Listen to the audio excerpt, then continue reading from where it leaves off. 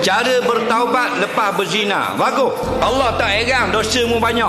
Allah ajib, Allah hairan kenapa tak mau taubat, sedangkan Allah suka sangat mendengar taubat hamba-Nya. Cara taubat ada dua cara. Tengok jenis dosa. Kalau dosa dengan Allah 3 syarat, dosa dengan makhluk 4 syarat. Dosa dengan makhluk apa dia? Dosa kita curi duit dia RM1,000, kita tak tahu, maka taubat 4 syarat. Pertama, menyesal. Kedua, tidak mencuri lagi. Ketiga, berazam tak mau curi lagi. Keempat, pulangkan RM1,000 itu. Sesat taubat, Tuhan terima. Tapi kalau zina bukan dosa dengan orang, dengan Allah.